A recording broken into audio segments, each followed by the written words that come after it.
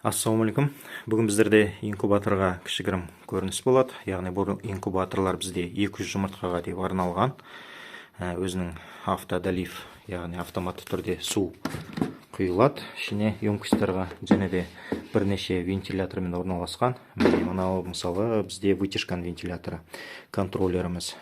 Сондайда 12 вольтқа аккумуляторға выходтары бар. Жәнегі свет өшкен жағдайда 220 вольт сол кезде қосуға болады.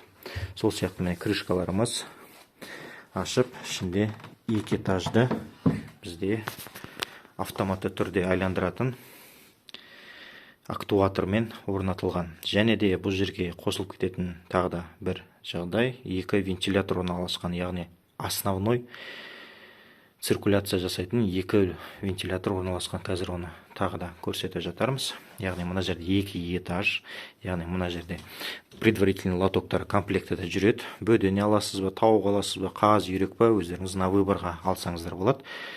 Қазір бізде бірінші этажымыз, яғни бөдененікі. Негізі 200 деп айтылғанда, мына лотоктармен салса азырақ сияты. Ал енді былай сетканың өзіне салса, онда көбірек сиятын болады.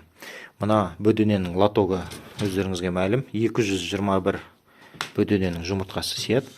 Және де келесі этажымыз бізде қазір тауықтікі тұр. Онды қазір сіздерге алып көрсетем. Яғни мына лоток біріншісіне бірі киілген. Алмастан бұны тағы да көрсетіп кетейін. Міне датчиктарымыз жоғары орналасқан. Влажности, ылғал, температура бәрі бірге. Және де вытяжканың вентиляторы тұр. Основной циркуляцион 2 вентилятор, одан кейін 4-ші вентилятор бізде ылғалда, яғни ылғалды көбейту үшін емкостьте 4-ші вентилятор орналасқан. Сол сияқты сэндвич панель, 24 мм жылу ұстағышы, екі шетінде пластигі бар. Және де біздің неміз құрылғымыз орналасқан жерде блок управления ламинированный фанера 9 мм. Және де лотоктардың бәрі сондай. Яғни бұл ылғалға төзімді, ертең майыс кетпейді деген сияқты болған. Және де мынандай стыктары бізде герметикпен орнатылған, және де жабылған. Қазір енді лотокты біріншісін алып көрейік. Бірінші лотокты алып жатырмыз.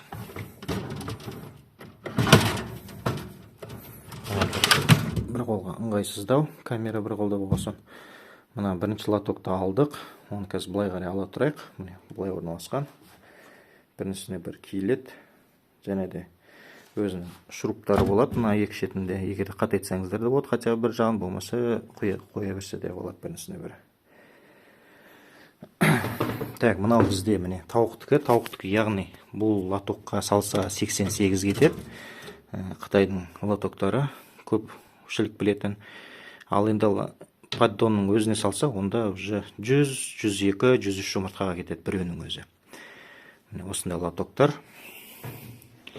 Актуаторымыз, яғни міне мотордың орнына переворот бізде актуатор орнатылған.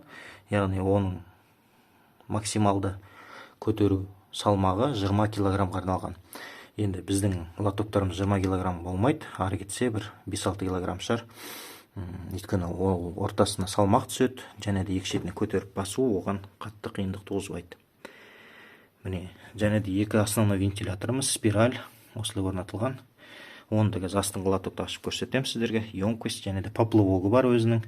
Белгілі бір мөлшерге барған кезде тоқтап суымыз осы емкостьте тұрады. Вентиляторымыз вытяжканың. Және де штекерлар тұр. Міне сол жағында қараған кезде бізде ылғалдың разъемы, мына оң жағымыздағы бұл мотордікі, яғни актуатордікі. Автоматты түрде айландырады. Белгілі уақытты өзіңіз қоя аласыз.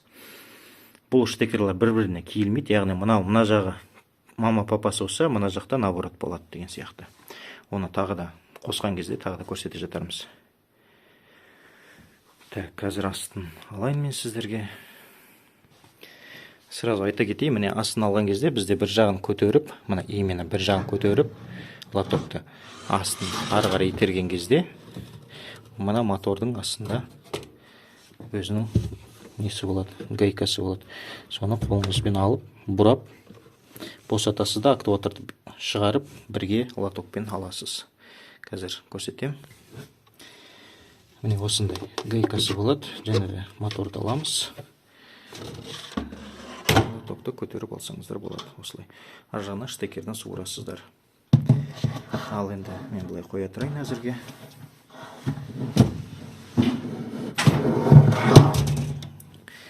Міне осындай вентиляторымыз 12 вольтқа спиральдармен орнатылған, және де кулеріміз өзінің автодоливімен, поплугымен орналасқан.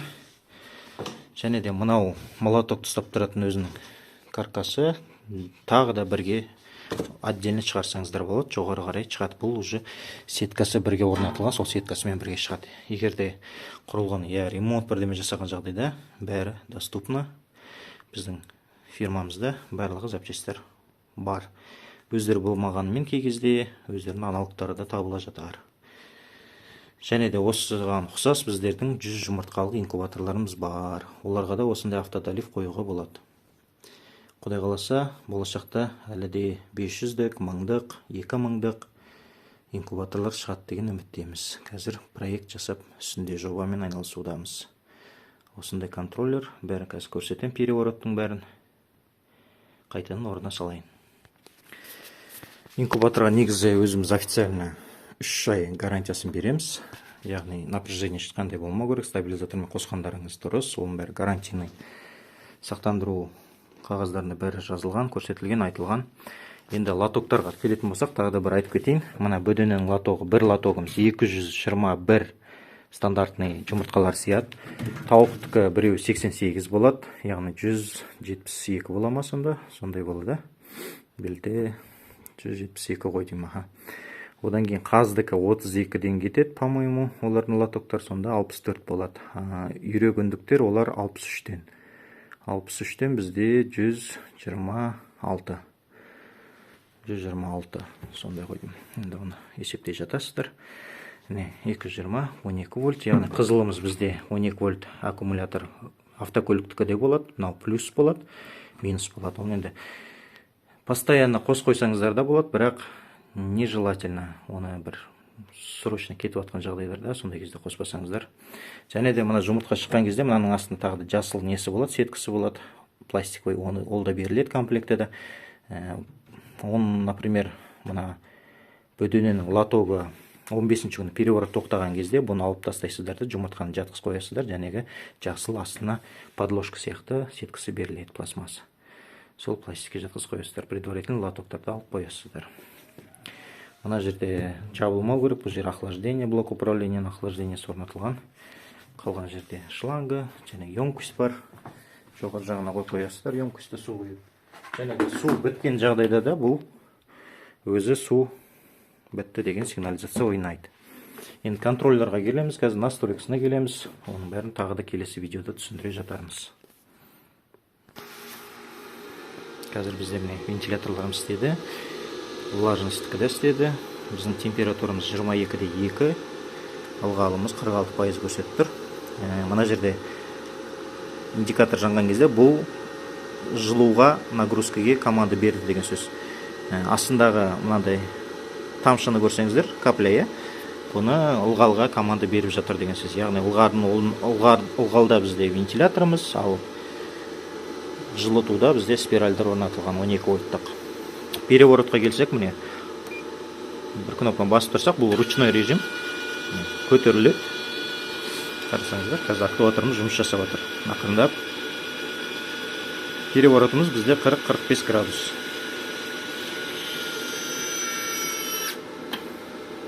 Яғни өзі автоматты түрде де жұмыс жасайды, және де ручной қойсаңыздар да болады. Бізде мына лотоктарымыз бөдененікі негізі размерлері стандарт 1-2 см ойнайды. Мысалы, бөдене мен тауық көгершіндікі бірдей болса, ал үйрек қаздікі кішкене сәл жұмыртқалы нелері, лотоктары үлкенде болады. Сол үшін біздер мына жасаған кезде сәл кеңейтіп үлкенірек жасағанбыз.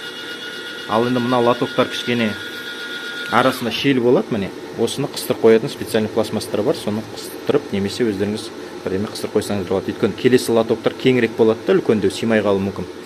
Сол үшін солар қарастырылған. Міне қарасаңыздар, лотогымыз қазір бізде 45 градусқа ары бері 40-45 градусқа ары бері ойнады. Шетінен қарасаңыздар болады, үстінен осылай.